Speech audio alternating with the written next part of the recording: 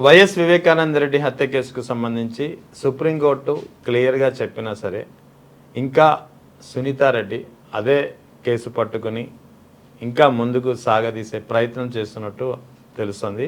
తాజాగా ఏపీ హైకోర్టులో కూడా ఆమె పిటిషన్ దాఖలు చేస్తున్నారు. సో ఈ నేపథ్యంలో అన్ని వివరాలపై మాట్లాడేందుకు మనతో మరోసారి జాయిన్ అవుతున్నారు retired additional SP Rajeshwar Reddy గారు. సార్ నమస్తే. నమస్తే అండి. ఎలా ఉన్నారు? ఫైన్.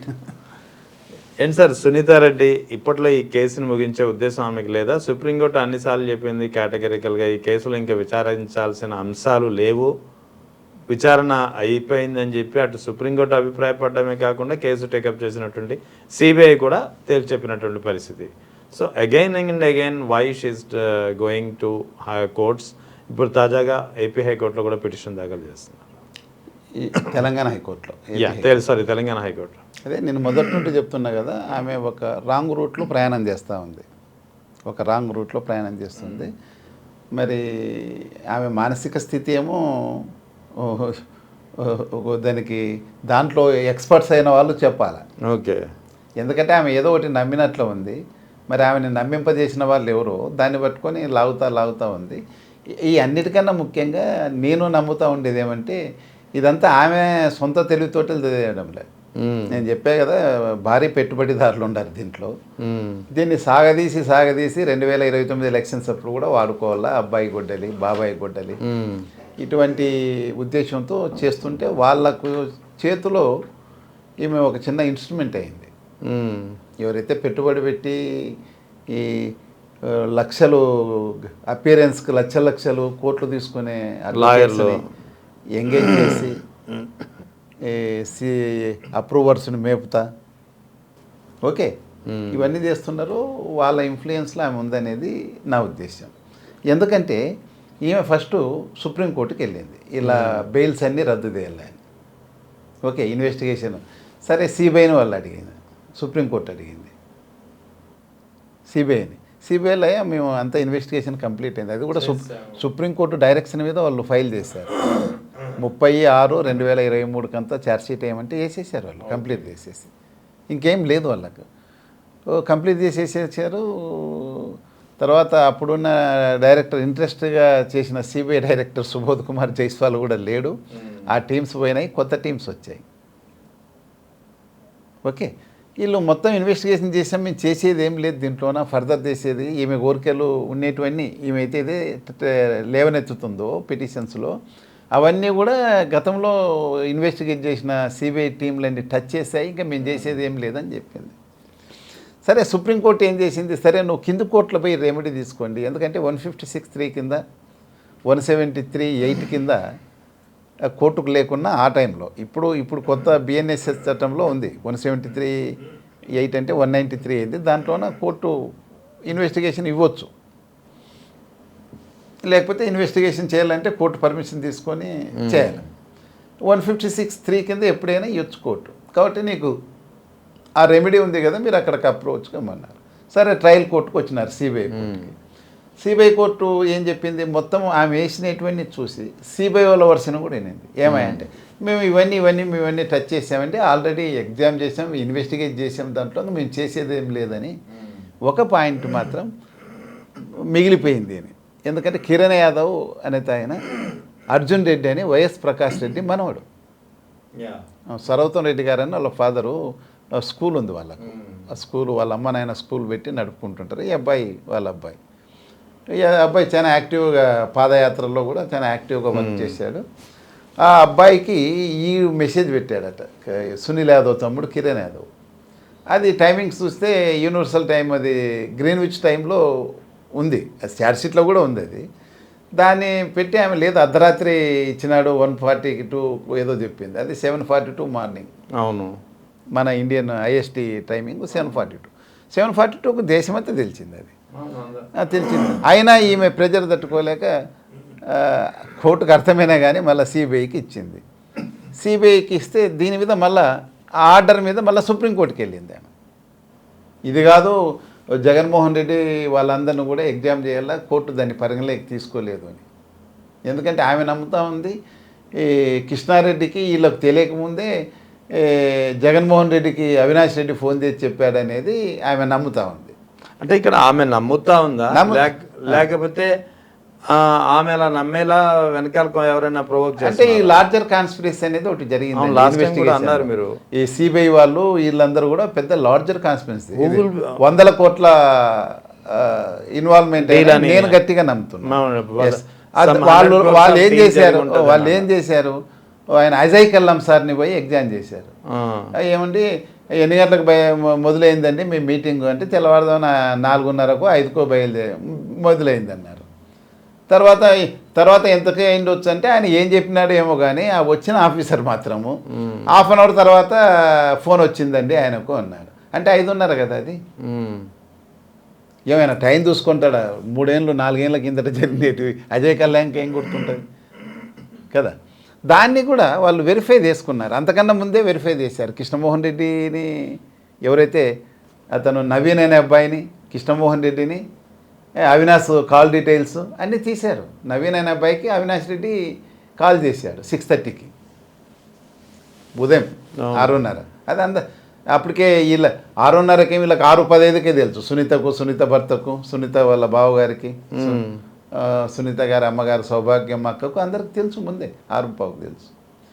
ఈయన 6:30కు ఫోన్ చేశాడు. కాల్ డీటెయిల్స్ ప్రకారం కూడా అప్పుడు జగన్మోహన్ రెడ్డికి ఫోనే లేదు. అవును, ఓకే, ఫోన్ లేదు. ఈ నవీన్ అతనికి చేశాడు. చేసినాక నవీన్ కృష్ణమోహన్ రెడ్డిని పిలిచి, నవీన్ కూడా చెప్పలే ఆయన అవినాష్ రెడ్డి అర్జెంటుగా మాట్లాడాలా, ఎవరు ఉన్నారంటే ఇట్లా మీటింగ్ జరుగుతుంది అంటే కృష్ణమోహన్ రెడ్డిని పిలిచి కృష్ణమోహన్ రెడ్డికి విషయం చెప్పాడు. కృష్ణమోహన్ రెడ్డి ఆయనకు పోయి చెప్పాడు శివులో. తర్వాత సరే ఇట్లా బాబాయ్ లేరంటే చనిపోయారు అని ఆయన వైండ్ అప్ చేశాడు ఆ రోజుకు. ఏది మన ఏమంటారు మేనిఫెస్టో మీటింగ్ జరుగుతుంది 15వ తేదీ. ఎందుకంటే నెక్స్ట్ డే ఆయన ఇడుపులపాయలు వచ్చేసి లిస్ట్ అనౌన్స్ చేయాలి ఫార్మల్గా. అవును అవును, అప్పుడే చాలామంది వర్క్ చేసుకుంటున్నారు, ప్రచారం చేసుకుంటున్నారు, వాళ్ళు లిస్ట్ అనౌన్స్ చేయాలి. అప్పుడు దాన్ని వైండ్ అప్ చేసేసి ఆయన తర్వాత పులివెందులకు బయలుదేరడం ఇదంతా ఉంది. ఇది షాక్, పార్టీకి షాకు, జగన్మోహన్ రెడ్డికి షాకు జనరల్గా. ఎందుకంటే ప్రతి సెకండు అంటే ఆయన 4:30కి లేచి 5:30 నుంచి మీటింగ్ తీసుకున్నంటే ఎంత విలువైన సమయం. ఈ మర్డర్ వివేకానంద రెడ్డి గారు చనిపోవడం వలన జగన్మోహన్ రెడ్డికి దాదాపు 2.5 days వెళ్ళిపోయింది. క్రూషియల్ టైం అది, క్రూషియల్ టైం. ప్రతిపక్షంలో ఉన్నారు. నాకు అదే డౌట్ వచ్చింది, అతన్ని డిస్టర్బ్ చేసేకి ఇతన్ని చంపేశారేమో అని. ఇప్పటికి నాకు డౌట్ ఉంది, అది కూడా ఒకటి. ఎందుకంటే క్లారిటీ లేదు సిబిఐ ఇన్వెస్టిగేషన్లో. వాళ్ళంతా తప్పు, వాళ్ళు ఒక మోటివేటెడ్ ఇన్వెస్టిగేషన్ చేశారు. కాబట్టి ఈ దీంట్లో ఆమె ఏ విధంగా నమ్ముతుంటే ముందే వచ్చిందని దానికి అన్నీ చేశారు. అంటే అలాగే సార్ ఇక్కడ చేసి సిబిఐ వాళ్ళు ఇది ముందు తెలిసే అవకాశమే లేదు అన్నారు. ఎందుకంటే